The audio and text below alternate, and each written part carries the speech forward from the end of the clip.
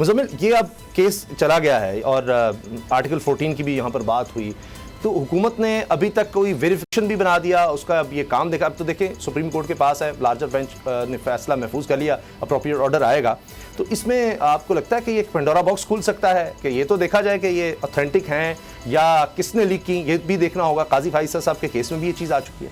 नहीं, उसमें तो काउंटर चेक तो मैं समझता हूँ वो करवाए बगैर तो इतना एडमिसिबल एविडेंस ये होता नहीं है, क्योंकि जो भी लॉ की फील्ड से जिसका ताल्लुक है, जिस भी इंसान का, वो जानता है कि ऑडियो हो या फिर इस नौयत की वीडियोज़ हों जो आज के इस दौर में जिसमें AI भी एग्जिस्ट करती है, इसके अलावा हज़ारों ऐसे सॉफ्टवेयर्स हैं जो डॉक्टर कर सकते हैं ऑडियोज़ को, तो उसको काउंटर चेक किए बगैर उसका फॉरेंसिक करवाने का क्या प्रोसेस है, कोई ख़ास क्लैरिटी इस पर नहीं है, अनलेस के जिसकी आवाज़ है या फिर जिसके हवाले से गुफ्तगू हो रही है वो खुद कन्फेस ना कर ले कि हाँ ये मेरी ऑडियो है। तो इसमें ऑब्वियसली जो आपने बात की कि ऑथेंटिकेशन का प्रॉब्लम तो होगा, लेकिन साथ साथ ये जो कमीशन है, मुझे नहीं लगता कि इस कमीशन को देखते हुए कोई इसकी लीगल इम्प्लिकेशन इतनी थी कि तहरीक इंसाफ भी इसकी हीट फील करती या कोई और करता।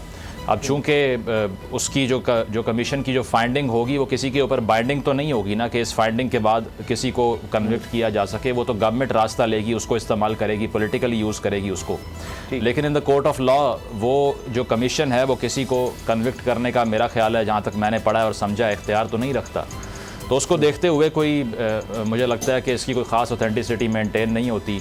बड़ा सवाल वही रहेगा कि ये ऑडियो कौन कैप्चर करता है, बड़ा सवाल यही रहेगा ये लीक कहाँ से होती है, बड़ा सवाल यही रहेगा कि क्यों प्राइवेसी इंश्योर नहीं की जाती इतने हाईएस्ट पॉलिटिकल ऑफिस की, जो वज़ीर आज़म का ऑफिस है, वज़ीर आला का ऑफिस है, सरकारी अफसरान का ऑफिस है, सदर पाकिस्तान का ऑफिस, उनका ऑफिस है, और नेशनल इंटरेस्ट कॉम्प्रोमाइज़ हो सकता है। ऑफिशियल सीक्रेट एक्ट की हम बात करते हैं, लेकिन इसके अलावा जो सीक्रेसी होती है गुफ्तगू की, जिसमें नेशनल इंटरेस्ट भी इन्वॉल्व हो सकता है, अगर वो पब्लिक कंजम्पशन के लिए सामने आता रहे तो उसमें बहुत बड़ा सवालिया निशान उस बात पर होना चाहिए, ना कि कंटेंट पे कि क्या बात हो रही है। जबरदस्त। आबिद साहब, यही जो मुज़म्मिल ने पॉइंट्स उठाए हैं, क्या हुकूमत इसकी वजह से मुश्किल में आ सकती है? अटॉर्नी जनरल तो आज कह रहे थे जी बिल्कुल ये पैमरा ने किस तरह चलवाने दिए ये सारे ऑडियोज, ये मैं आपके साथ एग्री करता हूं, यहां वो सुप्रीम कोर्ट के साथ यानी हुकूमत का नुमाइंदा मान रहा है, तो अब तो यकीन करें चादर चार दीवारी भी नहीं रही, कोई प्राइवेसी भी नहीं रही। बात मानी जी नहीं, लेकिन आप ये देखें ना, जो मेन बात थी कि इस ऑडियो की विदाउट वेरीफाइंग दी ऑथेंटिसिटी व वेरेसिटी, कौन उसके पीछे था, किस तरह हुआ, क्या मकासद थे, कौन था, इसकी जेन्युइन थी नहीं थी।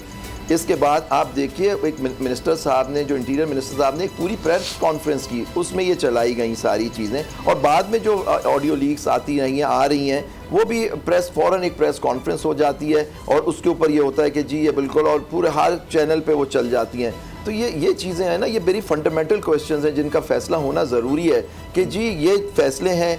और ख़ुद जस्टिस फाइज ईसा साहब के केस में उन्होंने ये प्ली ली थी कि ये आपने इस तरह नहीं किए, तो वो अब इसको पहले उनको चाहिए था, अगर था तो ये उसकी वेरेसिटी चेक कराते कि ये जी ये सही है या नहीं।